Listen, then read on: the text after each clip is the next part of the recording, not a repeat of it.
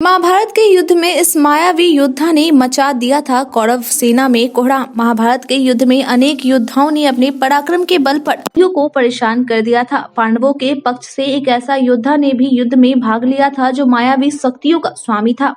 वह योद्धा था घटोत्कच, जो भीम और हिडिंबा का पुत्र था। बताया जाता है कि घटोत्कच इतना बलवान था कि वह कौरवों की सेना को अपने पैरों से तहस नहस कर डालता था। महाभारत युद्ध के दौरान कर्ण ने जब घटोत्कच का वध किया था तब सभी पांडव तो दुखी हुए थे, लेकिन श्री कृष्ण ने घटोत्कच के मरने पर प्रसन्न हुए थे। महाभारत की कथा के अनुसार एक बार जब पांडव अपनी मां कुंती के साथ वनवास पर थे, तब वे लोग भ्रमण करते करते मायावी जंगल में पहुंच गए।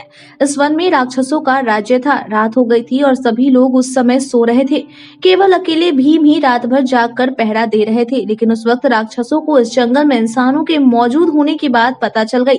तब वहां के राक्षसों का राजा हिडिंब ने अपनी पुत्री हिडिंबा को उन सभी इंसानों को अपने सामने पकड़कर लाने की आज्ञा दी ताकि वह पांडवों को अपना शिकार बना सके। हिडिंबा पांडवों को पकड़ने के लिए उनके पास पहुंची, लेकिन उसने जैसे ही भीम को देखा वह उस पर मोहित हो गई और तब हिडिंबा ने अपना वेश बदलकर भीम के पास पहुंची और उससे अपने प्रेम का प्रस्ताव रखा। जब भीम ने उससे उसकी पहचान पूछी तो हिडिंबा अपने वास्तविक रूप से सामने आ गई और अपनी पहचान भीम को बता दी। लेकिन भीम ने हिडिंबा के प्रेम के इजहार को स्वीकार नहीं किया। लेकिन जब हिडिंबा ने भीम को यह बताया कि वह अपने पिता की आज्ञा से उन लोगों का शिकार करने आई है, तब भीम क्रोध में आकर अपने सभी भाइयों और माता कुंती के साथ राक्षसों के राजा हिडिंब के पास पहुंच गए और तब राक्षसों के राजा हिडिंब और भीम के बीच युद्ध होने लगा और इस युद्ध में भीम ने हिडिंब का वध कर दिया। उन राक्षसों में यह परंपरा थी कि जो भी उसके राजा का वध करेगा वही उसका अगला राजा बनेगा। भीम के बल को देखकर हिडिंबा पहले से ही मोहित थी, अतः उसने राक्षस कुल के नियमों के अनुसार भीम को राक्षसों का राजा बनने के लिए निवेदन किया। भीम और उसकी माता कुंती ने भी यह बात मान ली। हिडिंबा के कहने पर भीम ने राक्षसों के राजा की गद्दी संभाली और हिडिंबा से विवाह कर लिया।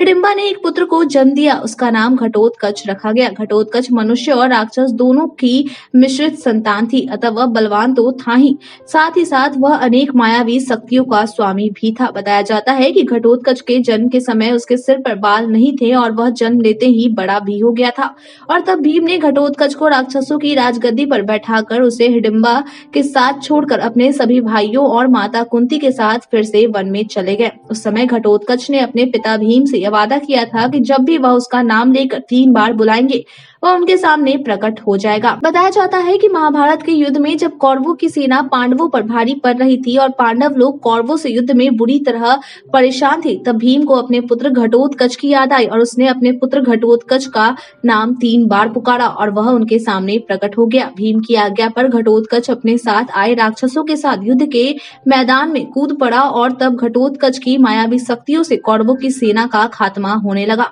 कहा जाता है कि घटोत्कच इतना बलवान था कि वह कौरवों की बड़ी सेना को अपने पैरों से कुचल कर रख देता था। बताया जाता है कि घटोत्कच के एक कदम रखने पर हजारों सैनिक मारे जाते थे। घटोत्कच की शक्ति के सामने कौरवों की सेना में कोहराम मच गया था। कौरव सेना युद्ध में असफल होती चली जा रही थी। ऐसे विकट परिस्थिति में दुर्योधन ने कर्ण को घटोत्कच का सामना करने को कहा। कर्ण ने अपने शक्तिशाली अस्त्रों से घटोत्कच के साथ के अनेक राक्षसों को मार डाला, लेकिन उसने घटोत्कच का बाल भी बांका नहीं कर सका।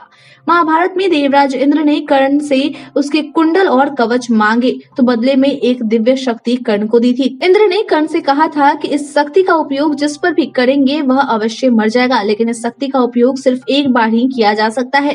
इंद्र से प्राप्त इस दिव्य शस्त्र को वार कभी खाली नहीं जाता है। देवराज इंद्र ने कर्ण को ऐसा दिव्यास्त्र दिया था जिससे वह अर्जुन को भी पराजित कर सकता था, लेकिन उसका प्रयोग सिर्फ एक ही बार किया जा सकता था। कर्ण ने इंद्र द्वारा दी गई दिव्य शक्ति अर्जुन का वध करने के लिए संभाल कर रख थी। श्री कृष्ण ये बात जानते थे, इसलिए श्री कृष्ण ने ही भीम को अपने पुत्र घटोत्कच को बुलाने को कहा था। कौरवों की सेना पर घटोत्कच बहुत भारी पड़ रहा था और घटोत्कच कौरवों की सेना का इतनी तेज गति से खात्मा कर रहा था कि लगता था कि वह कुछ ही देर में युद्ध समाप्त कर देगा और कौरवों की हार सुनिश्चित हो जाएगी। दुर्योधन की ओर से कोई भी योद्धा उसे काबू नहीं कर पा रहा था। तब दुर्योधन ने कर्ण से कहा कि इंद्र द्वारा दी गई शक्ति का उपयोग करो और उस राक्षस को मार डालो, नहीं तो ये पूरा कौरव सेना को आज ही खत्म कर देगा। इसलिए दुर्योधन के दबाव देने पर कर्ण ने अपने दिव्यास्त्र का प्रयोग घटोत्कच पर किया और उसे मार डाला। घटोत्कच के मारे जाने पर सभी पांडव उदास और दुखी हो गए, लेकिन श्री कृष्ण प्रसन्न थे। यह देखकर अर्जुन को आश्चर्य हुआ। तब कृष्ण से अर्जुन ने उनके प्रसन्न होने का कारण पूछा। अर्जुन ने श्री कृष्ण से पूछा कि भीम का पुत्र मारा गया है, सभी दुखी हैं और आप प्रसन्न क्यों हैं? जवाब में श्री कृष्ण ने कहा कि अभी यही दिखाई दे रहा है कि कर्ण ने घटोत्कच को मार दिया है, लेकिन सच ये है कि घटोत्कच ने कर्ण को मार दिया है। इंद्र ने कर्ण से कुंडल और कवच पहले ही ले लिए थे। इसके बाद उसके पास सिर्फ एक ही अजय शक्ति थी, जिसका उपयोग घटोत्कच के लिए कर दिया। इंद्र की दी हुई शक्ति कर्ण के पास रहती तो उसे जीत पाना किसी के लिए भी संभव नहीं था। ऐसे में पूरी पांडव सेना उसका मुकाबला नहीं कर पाती।